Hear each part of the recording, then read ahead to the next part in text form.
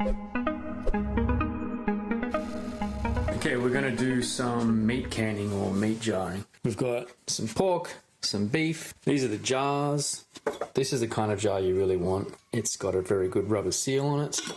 You can use any normal jar as long as it's got a rubber seal. And first we need to sterilize the jars, and one method is to boil them. So I'll just turn that on now. Make sure that's going sweet. So we're going to sterilize the jars just by submerging them in water and bringing it to the boil. And once they're boiled, then just take them out and let them dry.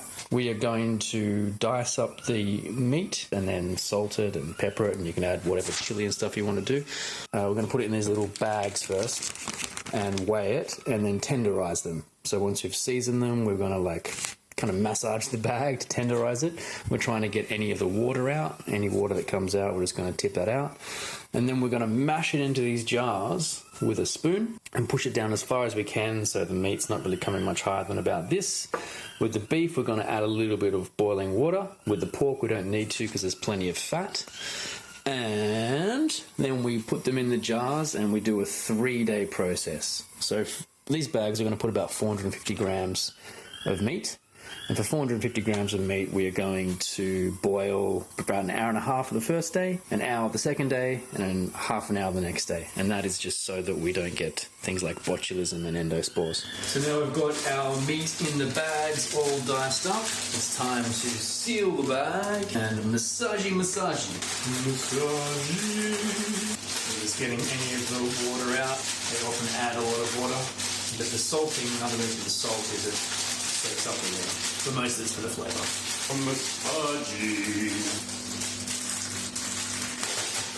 So far the beef looks like a pretty good cut because there's not really any excess water even after massaging pretty vigorously. Pork time!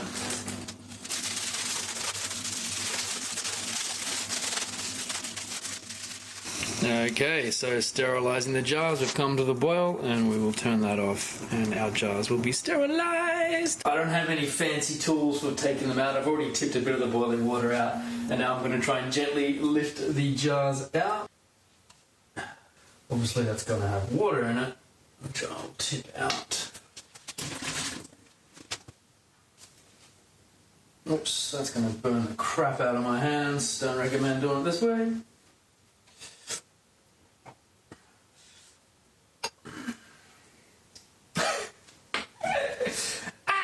Ouch! Okay. Mind the whistling wind. It's windy out there.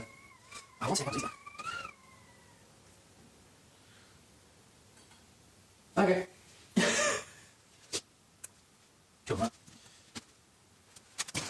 I think it's worth it to buy one of those tools with the rubber bits on the end to extract them out. So we'll let them sit for a bit, and then next step is to start jamming some meat into the jars. Ooh.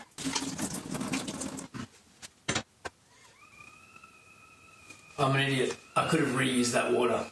Don't tip the water out. You could reuse it and save. Just going to let the jars sit cool for a little bit before I put the meat in. Alright, let's get the meat in the jars. Get a big spoon, soup spoon, whatever. Let's go to the beef first. Now you can get a fancy little tool where you sit it on top of the jar, like a funnel with a very wide mouth, perfect for jars. I do not have that, so we will delicately try and place the meat in the jar, ideally without much of the meat touching the jar, so that we don't get too much meat on the edge. However, we're going to clean it with vinegar afterwards. Anyway.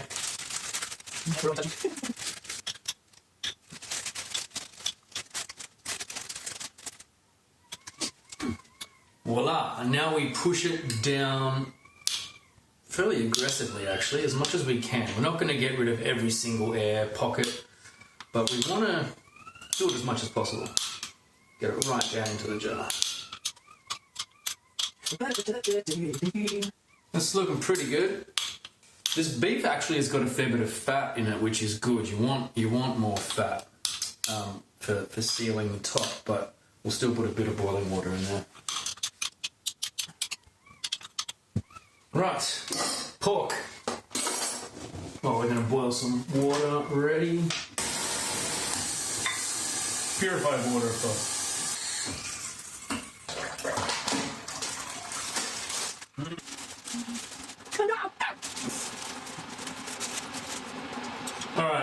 mashy again. By the way, shout outs to Atta, who taught me this just the other day. And this is the first time I'm redoing it. And the best way to teach something is when you've just learned something, to make sure you put it in your brain. Apparently this can be stored if you do it properly for up to 25 years. But all we're going to need is maybe a year or two, maybe even a couple of months. Just pushing as much of the air out as we can, squeezing it down. Does not need to be perfect. I'd like to get more in there.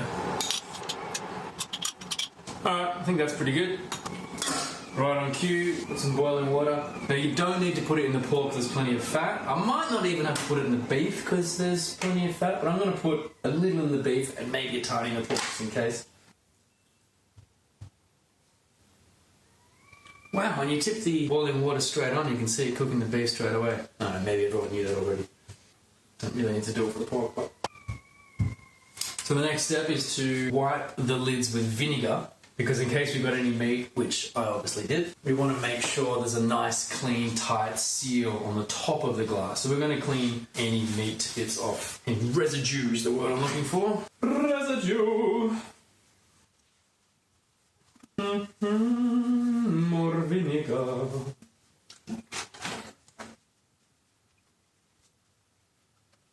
Remember with the jars, you need to have that rub a little bit in there. Bormioli?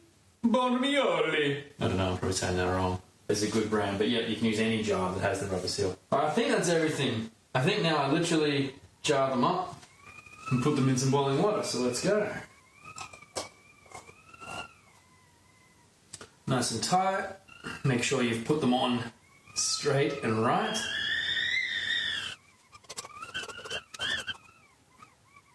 Now they're obviously not sealed. But once we bring them to the boil and then they cool down, it should be sealed. I should not have tipped that water out before, silly me. You don't want to fill the water up past about the top of the jar. You don't need to submerge it.